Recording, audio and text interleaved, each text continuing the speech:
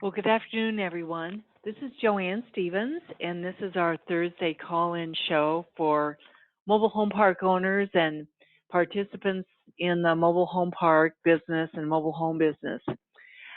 We have a very special guest today. Her name is Suzanne Felber, and her website is lifestylist.com. And I'm going to introduce Suzanne Felber in just a moment. She's an award-winning lifestylist, and well, she's going to tell us what that is and how that relates to the mobile home park business, especially in terms of making money and getting the homes sold and filling those sites. I want to remind people that the August newsletter is on the website, joannemstevens.com. Also, the George Allen annual roundtable will be September 6th, 7th, and 8th in Indianapolis. Also, the National Communities Council is having an event in November in Chicago. So if you go to the website, joannemstevens.com, and click on Save the Date, you'll find links to these events and other events. I also want to remind people that in December 11th and 12th in Cedar Rapids, we're having a symposium for mobile home park owners. And what it is all things related to owning and operating a mobile home park, how to be more profitable, and issues to be thinking about for when the day comes when you do sell. And so even if you don't plan to ever sell, you'll get a lot out of this and understanding what's involved with capital gains and recapture, depreciation, estate planning, and so forth. And there will be more information coming on that. So December 11th and 12th here in Cedar Rapids. So without any further ado, I would like to introduce our special guest, Suzanne Felber. Suzanne, are you with us? I am here. So Suzanne, I'd like to start out by asking you how people may contact you. We are recording this, and it will be on our website with the highlights from this session. So if people want to contact you after this interview, what's the best way to reach you? Well, I am on the road constantly, so the easiest way is to either email me at info@lifestylist.com or to text me at 214-597-1041. I have an office phone, but to be honest, I'm never in the office, so it doesn't work as well anymore. But those are two easy ways to get to me right away. Okay, great. And as I mentioned, Suzanne's website is lifestylist.com. And Suzanne, you have another website too, don't you? I do. About 3 or 4 years ago, Bruce Savage, who used to be head of communications for the Manufactured Housing Institute, and I decided there was just too much negative press and information swirling around about our industry, and there wasn't really a good place where consumers could get positive information. So we started a group called American Housing Advocates, and our mission is to only share the good news about our industry. It's less than nonprofit because we don't make a penny, we don't ask for a penny off of it. All we do is share information about the good things happening in our industry. And so we're on all through social media with American Housing Advocates, and then the website is americanhousingadvocates.com. Okay, wow. Okay, well that's, so we'll have to, and we'll put that on our, in an upcoming newsletter so people can check that out. So, Suzanne, I know you work with all of the big companies, the publicly traded companies such as Clayton Homes and Cavco. Both of those companies have a lot of brands, and Champion, which is not a public company but owns a lot of brands. So tell us, what do you do for these manufacturers of mobile homes? Well, I started in the industry when I was found by Patriot Homes, and I was their lifestylist and designer from 2002 to 2008. And what I did for them is kind of take them out of the area where the homes were, well, this is how we do it in our industry, was the favorite tagline, and to know we need to design these homes for what consumers are interested in. So we shifted from just being, what everybody's always seen as a mobile home into being true homes. And I've grown since then, where I do a lot of interior design and design specifications, and also social media campaigns. Great. So that's the short. Yes. And so you've worked for, so you started with Patriot Homes, and so what is the thing that is different? I mean, probably most of our listeners have been to many shows, such as Louisville and so on, where there's model homes. The manufacturers bring their homes, they deck them all out with lots of furniture, lots of stuff, lots of accessories. That's honestly sometimes look like your grandpa's mobile home, Yeah. even though they're.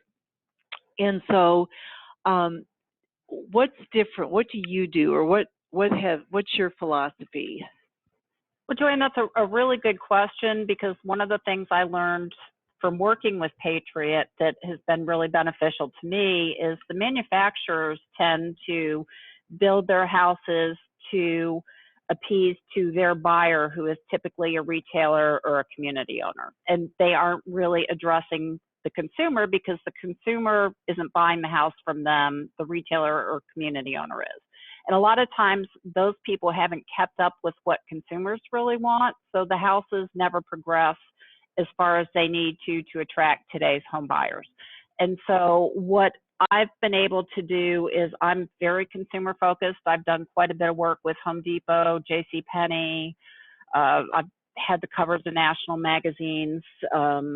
I can't even keep track of everybody I've worked with now, but I just met last week with Amazon for their new home division. So that gives you an idea of how far out I'm thinking.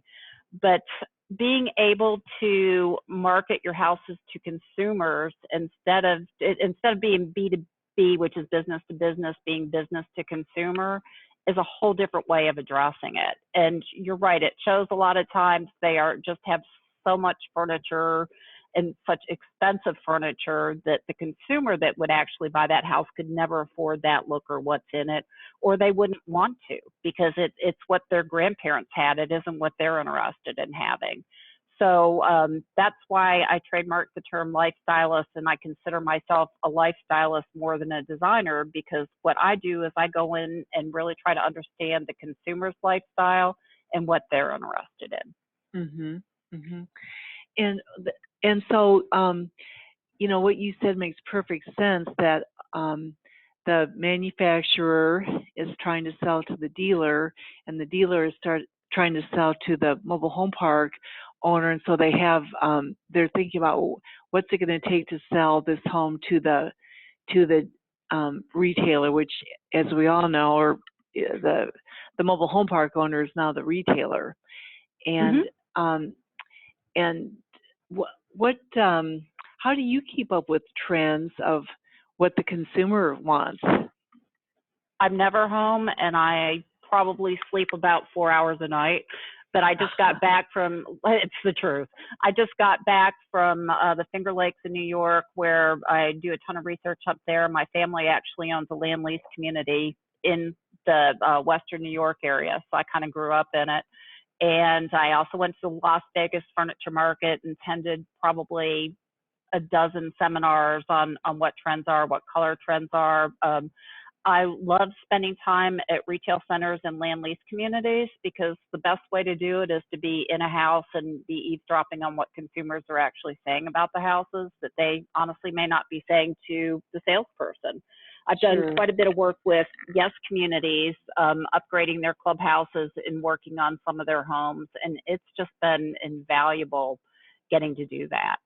And then I also, this is a little bit of case study, but I got hired to rebrand some communities in Florida, which was really kind of fascinating, because it taught me from being on the ground that it isn't always how nice your community is, how beautiful your homes are. It doesn't matter where your location is. If you don't have good management, it's game over. And these were two communities that were in just a ridiculous location. They were so good, like 2 miles from the beach, and large lots of amenities to them, and they couldn't get anybody in. And it turns out that the owner lived in California, really wasn't paying attention, and the managers made sure they didn't know what was going on, and to be honest, they were stealing them blind. So, it was heartbreaking, because there's so much we could have done and so much they could have made on the community, but it was a management issue. And unfortunately, I think that happens a lot. Yeah. So did those owners hire you to do consulting on what they needed to do, or is that still the situation as far as you know? They hired me. I gave them an in-depth study. I think a lot of it is they were too scared to make changes, and they never did. And I think they lost the communities, which again is heartbreaking, because I would have moved there and fixed them, because they were just, they could have been perfect. And they were just giving houses away. They were giving them away to their friends. They weren't charging lot fee. I mean, it was probably, I hope it's the worst case, but I am a huge believer in, having the right people for the right job. And, I can do a lot, but, having the right people in place and the right team is everything. It is everything. And that word gets out pretty quickly. And I think one thing park owners learned beginning in the late 1990s, and now here we are in the mid-teens of the new millennium, and that people who live in mobile home parks do have options. I think for too many years, owners thought, well, what does it matter? Nobody's going anywhere. They can't afford to move. But when the financing went away, we found out that people do have options. So, Suzanne, I'm looking at your website, and the homes just look so fresh and so, so charming, but also sophisticated, not cluttery, charming.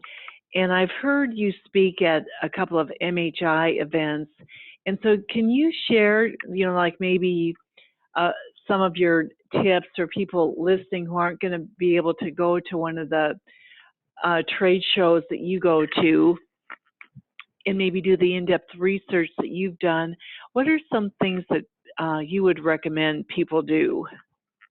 Absolutely. Joanne, I did 5 tips up for your listeners, and I have that under the great news section of my American Housing Advocates page, but I'll also get that to you so you can have it on your page so it's easily accessible. Great. But kind of the 5 top tips that I had is the first thing is to understand who your buyer is. And kind of an example of that is if you're in an age-restricted community, you don't want rooms, I mean, it sounds so obvious, but you'd be surprised. You don't want a room with a crib in it.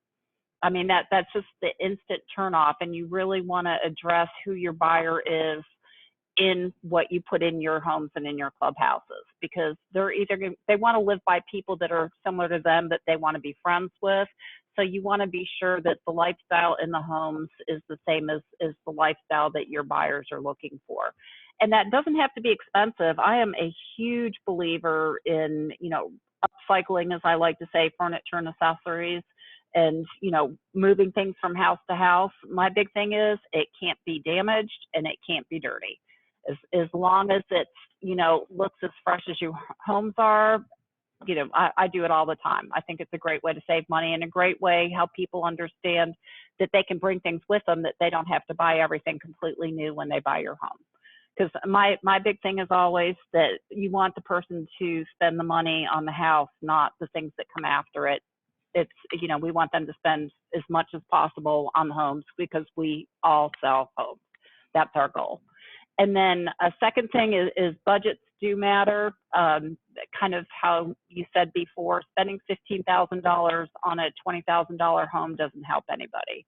So you want it where it is inspirational to them. You can have do-it-yourself ideas, but you want it where it's something that's maybe one step above what they're live with now, but not so much of an overreach that they don't think they can ever afford that. Number 3, I have gone into so many houses that look like storage units because the manager or whoever, they sell a house, so they move the model home furniture from house to house to house, and then by the 5th house, it never even gets put in place again. So every house that you have that you're showing has to be show ready and move in ready. Just easy things like making sure that you have electricity to it, so the house is light and bright and you can turn the lights on. If it's in a southern area or a western area and you have, AC, even better. But you want it to be inviting and not look like exactly what you said, Joanne, where they're settling, but something that they're really excited to move into. And then number 3 I have is killing the clutter, where nothing these days and times will kill a sale more than having too much stuff or too much furniture in a house, because that's the complete opposite way that consumers are going right now. A great example is where people buy those huge batches of greenery and put them over the cabinet shelves. Sure. Just don't do it. But when you and I talked earlier, everybody, or I bet 75% of the population now watches Home and Garden TV or one of the television shows. Mm-hmm. And that's an easy way to understand what consumers are looking for, because they have that, obviously from all the research they do, it's an easy way to understand, what is fresh with consumers. And another easy idea that I do is I will shop stores like Target, Walmart. I go into Walmart all the time. Watch what people are buying. And if you go to a mall, see what shopping bags they're taking out, and that'll tell you what stores they're shopping in. And that'll give you a good idea of where people are shopping in your area and kind of what their interests and lifestyles are. Real easy, free way to understand who your buyer is. Yeah, I remember, I'm thinking, Suzanne, as you were speaking, of a talk you gave once at an MHI meeting, and you showed some images, and the homes, as you said, were very clean, and I don't think there was any furniture. In fact, the only thing I remember from that presentation was the bathrooms and the kitchen, and you just had a few simple things, sort of pops of color of some kitchen towels, some bathroom towels, and just simple, but it was sort of elegant. It was just very, just very inviting, and it looked like it could be in any shelter magazine, Dwell, or House Better Homes and Gardens, or just any magazine. And so I think you've really shifted the focus from, you have to deck everything out with the plants, the fake plants, and all the dishes on the table and so forth. Thank you. Well, go ahead. Sorry. No, you go ahead. Well, okay. Well, and here's kind of a guideline that I use from having zero budget to having a budget is, most of our houses now come from the factories are so monochromatic, where it's beige or gray walls, floors, ceilings, countertops. So there's not a lot of color. So the best way to help sell a house is to add those pops of color. And the kitchen and the bath are the most expensive rooms in the home. So those are the ones that you want to focus on first, and then go out to the living areas. And then the last place I would spend money is your private areas, which would be your bedrooms. So if towels are $3, and you can get them at Walmart, Target, anywhere. You don't have to spend a lot of money. Just find a good color that works. And just adding towels on the towel bars is a really easy way to add color and add some interest. Area rugs, again, you can get for under $10. Just put an area rug or two in those rooms to add color. Artwork has really come down in price as far as what you can find. There's stores like Kirkland's, At Home, Target, Walmart, all of those have just really expensive materials that, if you're very limited on a budget, you can make it work with that. And example, I reuse everything possible unless it fits my damaged or dirty factor. And I've been going into Clayton Homes retail centers and going through all of their models, figuring out what needs to go, putting a price on it, getting rid of it for them, and then just moving things around so it starts to make sense. And we did that with a Skyline home that was at a Clayton retail center in just outside of Dallas, and we used everything but some towels. And I think I had to buy one more plate. So my budget ended up being $18, and that ended up being the top interior design award at the Manufactured Housing Institute this year. So you can do it on a next to nothing budget. It just takes time and putting some thought into it. And so tell us again, I want to make sure people are clear on that. So the award that you won, which that was a national award that Suzanne won in 2017 at the Manufactured Housing Institute, our national trade association. Is a very prestigious award. And so tell us again, the home that won this national award, what did you put in that home? What were the colors? Everything was from existing houses. So I pretty much made do with what I had to work with. But since it was in Texas, it has that urban farmhouse, Joanne Gaines fixer-upper feel to it, which consumers are just really embracing right now. And I know how old some of the items were because they had tags on them. The sofa, chair, love seat I used was purchased in 2008. The kids' bedroom was purchased in 2006. So it's, they bought things that had style to them when they started. And so it was a timeless design that continued to be timeless, and it was just putting all the right pieces together. And Suzanne, I wanted to ask you, I agree with you that HGTV, it certainly is changing the residential real estate business. I think, 15 years ago, I don't know if there was such a thing as a stager. And now... Well, we call them merchandisers, yes. It was a different deal, yes. Okay. But now it's much easier for that real estate agent to march into that home that the seller wants to sell and say, here's what we're going to do. And they don't get the pushback that they probably did years ago when people thought, well, this house is fine. I love this place. And they weren't looking at it through the eyes of a buyer. And so, go ahead. Well, no, you're exactly correct. And I think especially with social media and how fast everything moves now, people understand that marketing is an art that we all have to know. It isn't just for a marketing person. That consumers are probably the best marketers out there because they know what they want, they know where to look for it, and they won't settle for less because they'll know they'll be able to get it. And I think a really important thing for community owners to understand is that probably one of your biggest competitors now are the retail centers, especially owned by the big manufacturers. So you have to understand marketing and market your homes and your community as well as they do, because consumers are smart now. They don't settle. They do their homework. They do their homework online before they ever visit your community, and they know the good, bad, and everything that's being said about it. They do. And let me ask you, Suzanne, do you think the manufacturers, their designers, their engineers, or the retailers, are they watching HGTV, or are they kind of oblivious to what's happening out there? Is that a trick question? Do I have to answer that? No, you don't. That was, yeah, you don't have to answer that. I think we know the answer. Well, let's move on, Suzanne. It depends on the manufacturer. I think there's something for everyone out there, and there's some areas that definitely have different demographics, but I think the ones who have really excelled in the market these days, they do it for a reason. They're selling homes.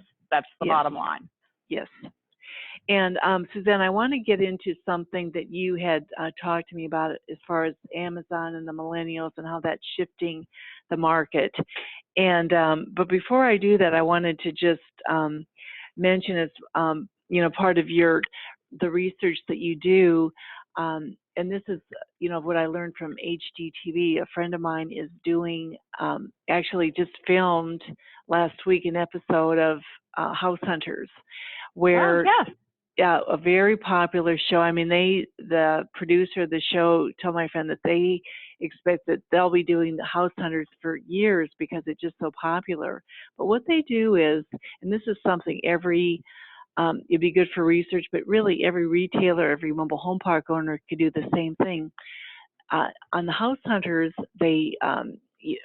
first of all, it helps people get clear on, what the options are. When people are articulating, well, we like this house because it's got the separate, the bedrooms are in the back and the living room's in the front, that type of thing. But they also ask the consumer, tell us, 2 or 3 things that you like about this room and 2 or 3 things that you don't like about it. So they're actually getting the consumer to articulate those things. And that's something that anybody, whether it's a retailer or a mobile home park owner that is selling new homes or pre-owned homes, it's an excellent way to get feedback from the consumers. And after a while, you do start to see these patterns emerge. But moving on, you were telling me about work you're doing for Amazon. And well, I'm not doing work for Amazon yet, but I met with Amazon the other day. Okay. So clarifying that, not hired by Amazon, but did get to meet with them at the Las Vegas furniture market. And what's interesting is they're starting to really focus on home. And, I'm going to be writing about this, but don't be surprised if someday they're selling homes as well as everything else, because they have already gotten into the appliance industry.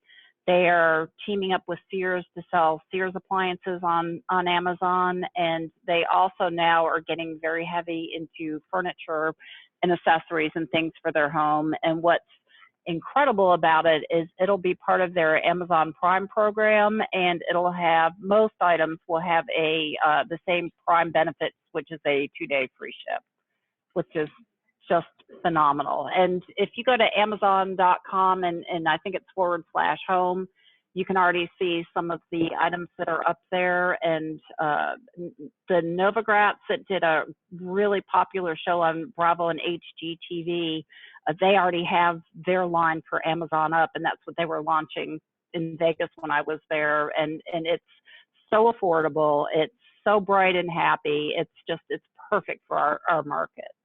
And that's definitely what you'll be seeing a lot more of. And so is there a connection there between what Amazon.com and homes are doing that are they going to be selling, can you see them selling manufactured homes, mobile homes, new homes, pre-owned homes on their site? I don't know about pre-home, but yeah, I don't see why not. I mean, everybody's shopping online. And so, Home Depot has gone from, selling screwdrivers and nails and lumber to selling beds and,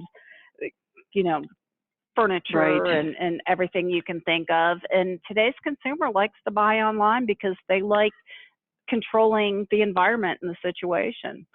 So I think, as people in the industry, it's something that we need to have on our radar and start watching out for, because Home Depot talked to me about selling factory-built housing at their stores, and that was in 2002. So, they know we're out there.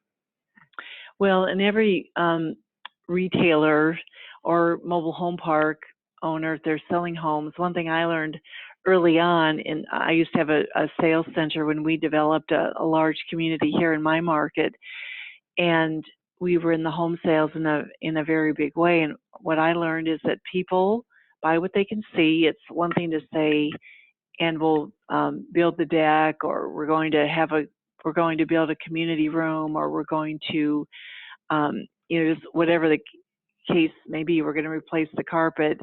People buy what they can see. So telling them what you're going to do doesn't really work. And I would, so the images are whether it's actually in the home or on the website, is what people buy. And the other thing that I found in the mobile home park business that really speaks to what you just said about consumers liking to shop online, unlike the real estate business, which can have a fairly long lead time, it's much shorter than what it used to be by the time you do the title work and get the financing and get the appraisal and get the home inspector out there and get through that laundry list of repairs that need to be done. The mobile home sale, manufactured home sale, moves really fast, and what consumers want when they buy a manufactured home or mobile home is how fast can I get it? And if you have a vacant home and they can sign the paperwork within a couple of days and have possession of that home, for a lot of people, that's the ticket. And so if you can also get the furniture, that's even better. And if the price point is really affordable, that's another plus. So it sounds like in the mobile home park business and mobile home sales business, we need to perk up and pay attention to what's going on. I always say everything's for sale except for my kids and my grandkids. But if put a price on it. If they buy it, great. If they don't, that's fine too. But at least if they seriously want it, it makes it where like you said, really easy to get into. And kind of number 4 and number 5 on my list was content is king, and we've turned into a visual society, and it fits exactly with what you said. Everybody has a cell phone, and everybody can take pictures with their cell phones, and whether it's something that's wrong in your houses, whether it's something that's right in your houses, I mean, it's all going to be, you better expect there's a chance it can be on the internet and it's there forever. So having great imagery that you can share is just the easiest way right now to sell your homes and get the word out about your homes. And an interesting comment that Kevin Clayton made, I think 2 years ago at MHI, is that millennials are really starting to discover and embrace factory built housing because they don't have the stigma that people had in the past, because it's kind of, was before them. But their biggest question is, well, I love this house, but where can I put it? So if you have a community, where it's easy to put a great home, there's buyers out there. You just have to understand how they shop and get the visuals and the word out to them. I think that's a really good point. I think one thing we need to keep in mind too, and I remember Jeff Wick, who they sold their company that was a manufacturer of manufactured homes here in the Midwest, and they sold thousands of manufactured homes. But he said once at a conference that, well, what happens is the consumer goes to the retail center or the mobile home park, they buy a mobile home, or they're thinking about buying a mobile home, whether it's new or used. They're very enthusiastic about it. They're very happy about it. And the next thing that happens is they go to work, or they call their friends, call their family, and say, tell them about this home that they're going to buy. And their friends and family are all like, you're going to do what?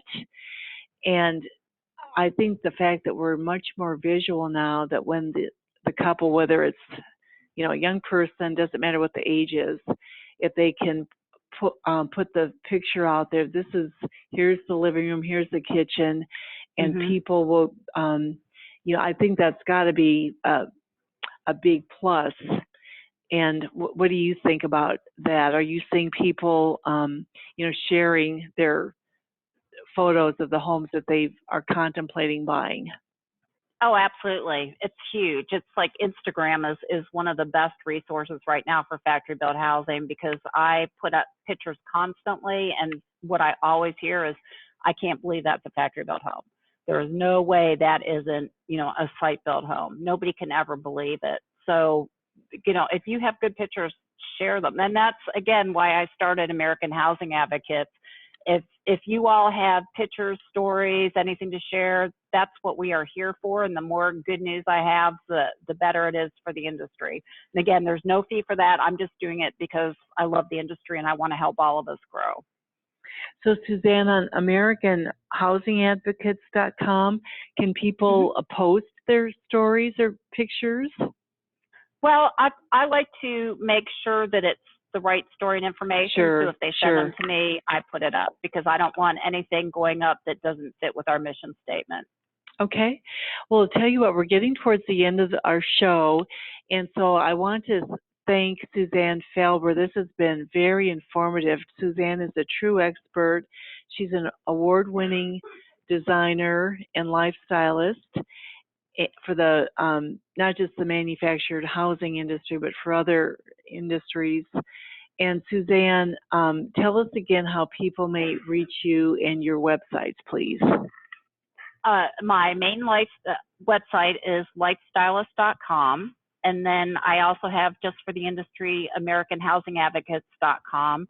And then any of you feel free to text me at 214-597-1041.